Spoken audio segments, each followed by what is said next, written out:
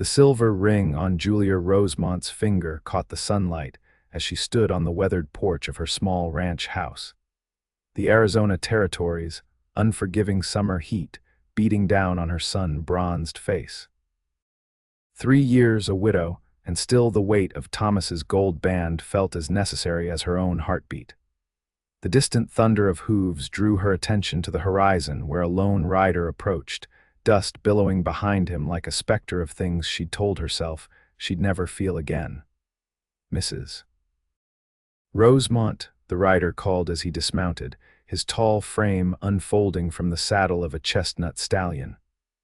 "Got your telegram about the broken fence line. Name's Hayes Wallace, madam. I'm the new foreman over at the Triple B." Julia wiped her hands on her apron, studying the stranger with cautious eyes.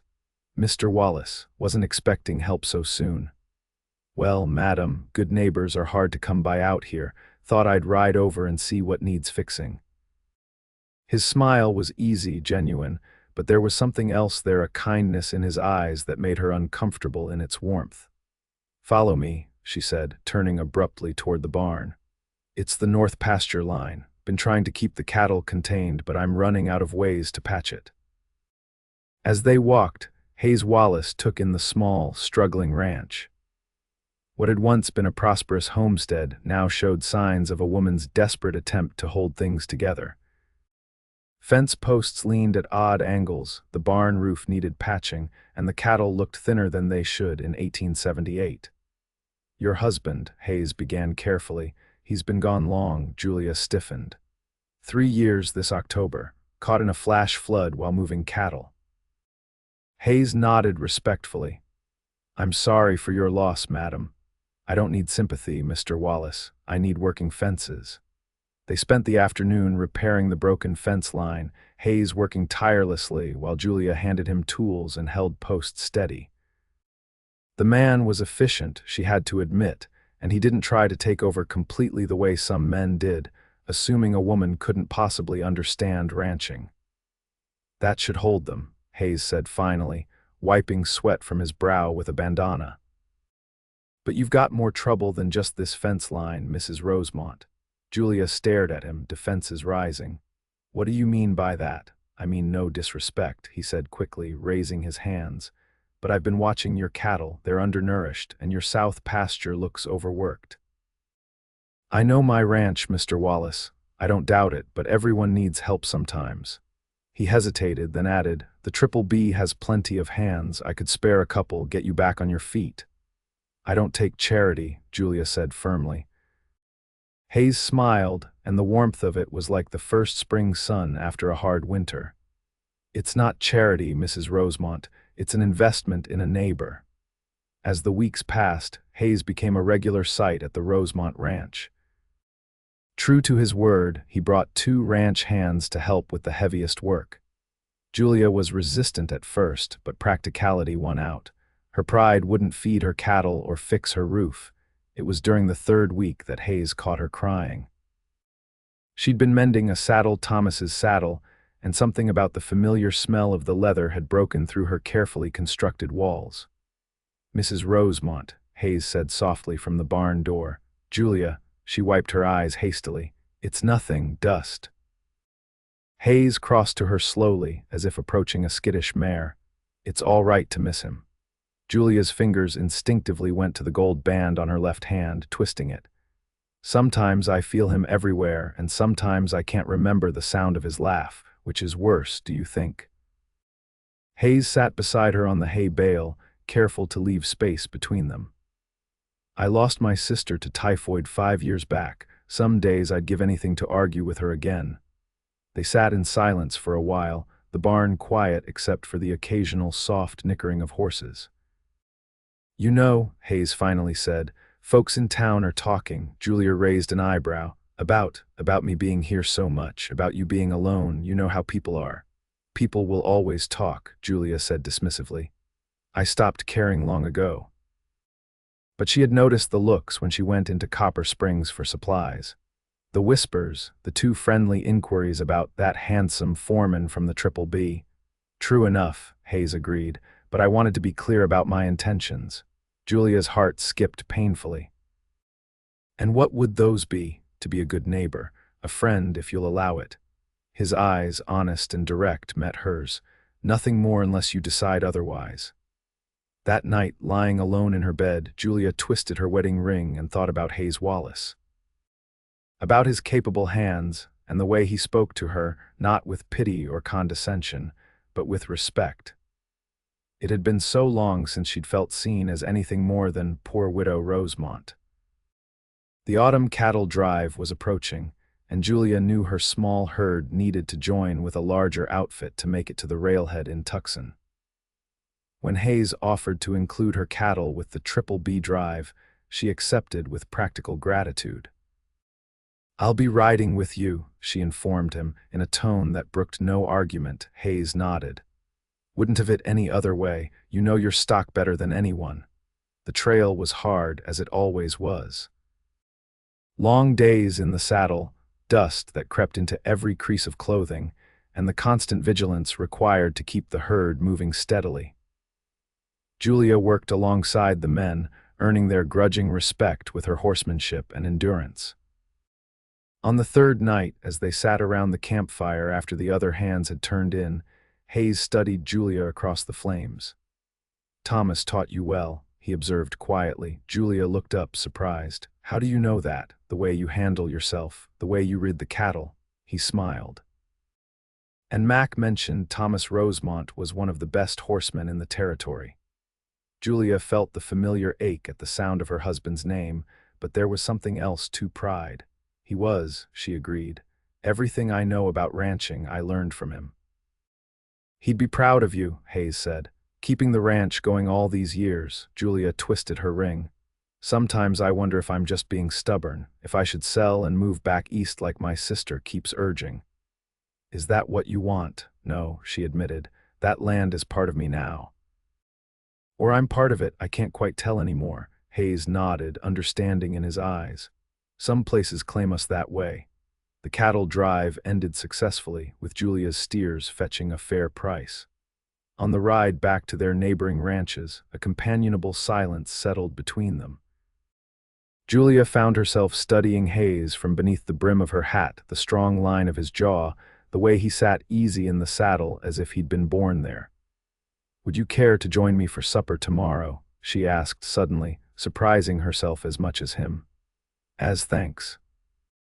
For the help with the drive, Hayes's smile was warm but careful. "I'd be honored, Julia." The next evening, Julia found herself fussing with her appearance for the first time in years. She wore her best dress, a simple blue cotton that Thomas had always liked, and even pinched some color into her cheeks. Hayes arrived with a small bouquet of wildflowers and a bottle of decent whiskey. "For after dinner," he explained with a grin. The evening flowed easier than Julia had expected. Hayes was a good storyteller, sharing tales of his years working cattle drives across the territories. She found herself laughing, truly laughing for the first time in longer than she could remember. As they sat on the porch after dinner, sipping whiskey under a blanket of stars, Hayes asked, "How did you and Thomas meet?" Julia smiled at the memory. "I was 17, newly arrived from Philadelphia to stay with my aunt in Santa Fe. Thomas was driving cattle through. He asked me to dance at a social, and I thought he was the most handsome man I'd ever seen." She twisted her ring unconsciously. "We were married 6 months later. Everyone said it wouldn't last the city girl and the cowboy. But it did," Hayes said softly. 7 years, until the flood." Julia took another sip of whiskey, letting it burn down her throat. "We were happy. Even when it was hard, and it was often hard, we were happy." Hayes nodded thoughtfully. "That's a rare thing." "Yes," Julia agreed. "It is." As autumn deepened into winter, Hayes's visits became more frequent. They worked side by side, preparing both ranches for the cold months ahead. Julia found herself looking forward to the sound of his horse approaching, anticipating their conversations that now stretched late into the evening. On Christmas Eve, Hayes invited her to join him at the Triple B for dinner with the hands. Julia hesitated, knowing it would be the first Christmas gathering she'd attended since Thomas's death. "You don't have to decide now," Hayes said gently. The invitation stands either way. In the end, she went. The bunkhouse was decorated with pine boughs, and someone had even strung popcorn garlands. The cook had outdone himself with a feast that left everyone groaning happily. After dinner, one of the hands produced a fiddle, and soon the space was cleared for dancing. Hayes approached Julia with a formal bow that made her smile. "Mrs. Rosemont, would you do me the honor?" For a moment, Julia felt a pang of guilt, as if she were being unfaithful to a ghost. But then she remembered how Thomas had loved dancing, how he would have hated to think of her sitting alone at the edge of a room. "I'd be delighted, Mr. Wallace," she said, taking his offered hand. Hayes was a good dancer, leading confidently but not overpowering her. As they moved around the makeshift dance floor, Julia became acutely aware of his hand at her waist, the clean soap smell of him, the warmth of his body so close to hers. When the music shifted to a slower tune, Hayes pulled her slightly closer. "Is this all right?" he asked quietly. Julia nodded, not trusting her voice. It had been so long since she'd been held this way, since she'd allowed herself to feel the comfort of another person's touch. The winter passed in a blur of shared meals, quiet conversations by the fire, and the steady work of running their ranches. Hayes never pushed, never presumed, but Julia could feel something growing between them, delicate, as the first spring shoots pushing through snow. It was during the late February thaw that bandits hit the Triple B. Hayes was wounded defending his men, and heard a bullet grazing his temple that left him unconscious for 2 frightening days. When Julia received word, she rode hard through the dusk, heart pounding with a fear she hadn't allowed herself to feel in years. She found him pale but awake, embarrassed by the fuss. "It's just a scratch," he insisted as she examined the doctor's bandaging with critical eyes. "Men always say that when they've nearly gotten themselves killed," Julia replied, not bothering to hide her concern. "You're coming home with me. Your bunkhouse is no place for recovery." Hayes raised an eyebrow. "People will talk. Let them," Julia said firmly. "I have a proper guest room and you need proper care." For 2 weeks, Julia nursed Hayes back to health.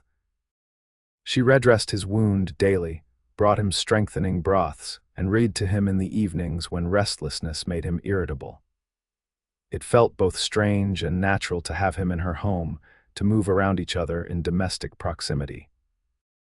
On the day the doctor declared him well enough to return to his own ranch, Hayes lingered on Julia's porch.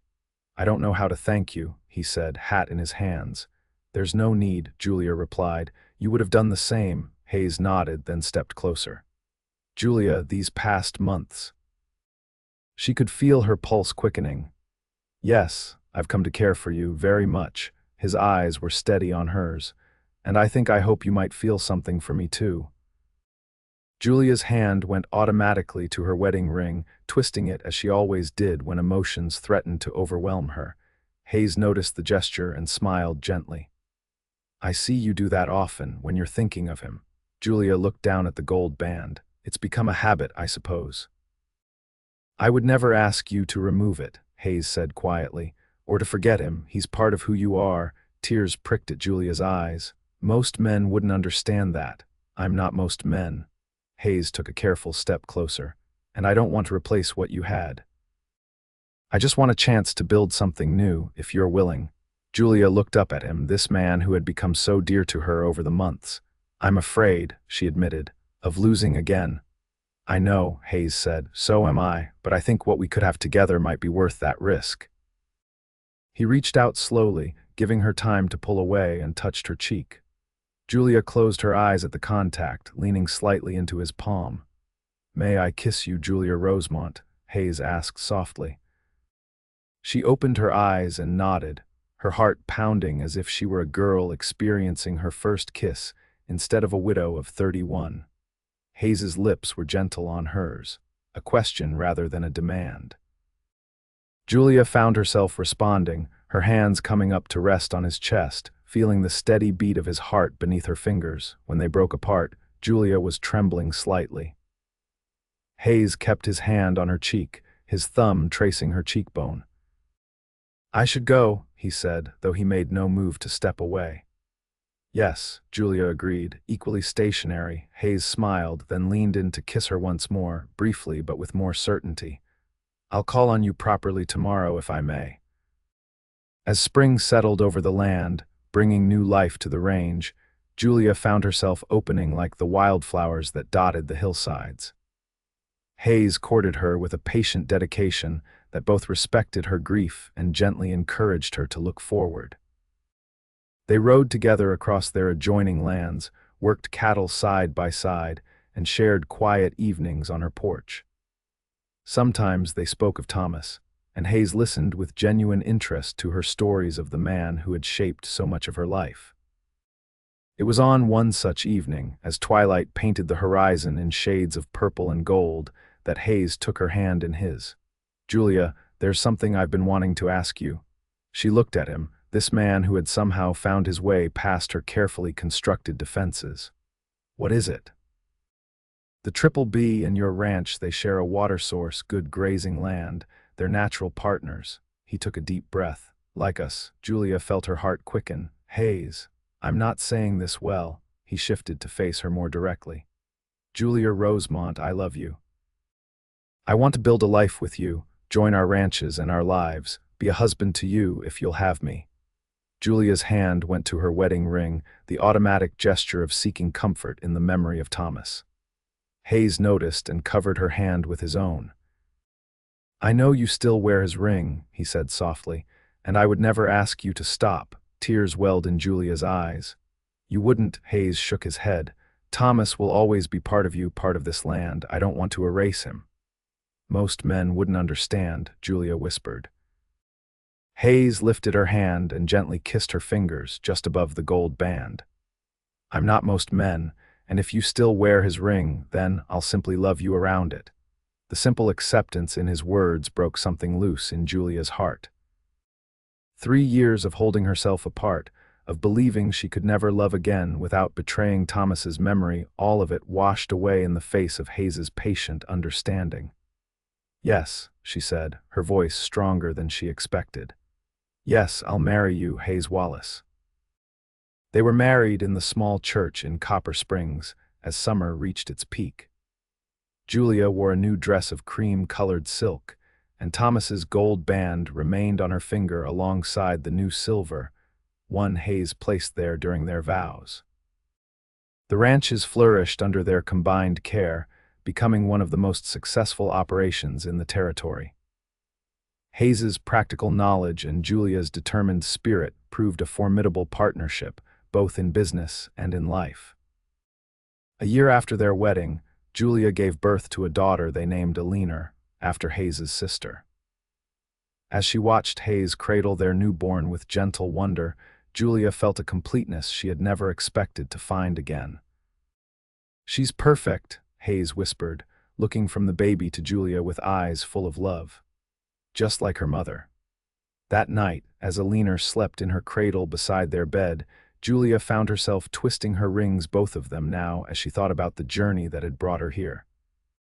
"What are you thinking about?" Hayes asked, noticing her contemplative mood. "About how love doesn't follow the paths we expect," she said softly. "About how the heart has room for more than we imagine possible." Hayes gathered her close, pressing a kiss to her forehead. "Thomas would be happy, I think, to know you're loved and cared for. He would like you," Julia said, realizing as she spoke that it was true. "He always valued honesty and hard work above all else." "High praise indeed," Hayes replied. "I'll try to live up to it." As the years passed, their family grew with the addition of twin boys, Robert and Henry, who ran wild across the ranch with their sister. The Triple R, as they now called their combined operation, prospered even through the hard times that inevitably came: droughts, harsh winters, fluctuating cattle prices. Julia continued to wear both rings, the gold and the silver, symbols of a life blessed twice with love. Sometimes newcomers to the area would ask awkward questions, or old-timers would reminisce about Thomas within Hayes's hearing. But Hayes never showed a moment's jealousy or discomfort. "How do you do it?" Julia asked him once after a particularly pointed comment from a visiting cattle buyer. How are you never threatened by his memory? Hayes considered the question seriously, as he did all things. Because loving someone means loving all of them, their past, their present, their dreams for the future. Thomas helped make you the woman I fell in love with. How could I resent him for that? On their 10th anniversary, Hayes presented Julia with a specially commissioned brooch, a delicate silver and gold design that intertwined in an endless knot. The jeweler thought I was crazy, Hayes admitted with a laugh, asking for both metals together. Julia ran her finger over the beautiful piece. It's perfect, like our life together. Not always perfect, Hayes corrected gently, but always worth it. As they sat on their porch that evening, watching their children play in the yard and the sunset painting the western sky, Julia felt a contentment that went bone deep. Her hand found Hayes's, their fingers intertwining as naturally as breathing. "Thank you," she said simply. Hayes squeezed her hand. For what? For loving me around his ring, for understanding that love doesn't diminish with sharing. Hayes brought their joined hands to his lips, kissing first the gold band that Thomas had placed there so many years ago, then the silver one that marked their own union. Always, he promised, through whatever comes. And as twilight deepened into night, wrapping the ranch in peaceful darkness, Julia Rosemont Wallace knew with absolute certainty that she had been given a rare gift, not just a second chance at love, but a love expansive enough to honor what came before while embracing all that lay ahead. The gold ring on her finger caught the last light of day, gleaming alongside its silver companion. Two metals different but equally precious, two loves distinct but equally true, and one heart large enough to hold them both now and always.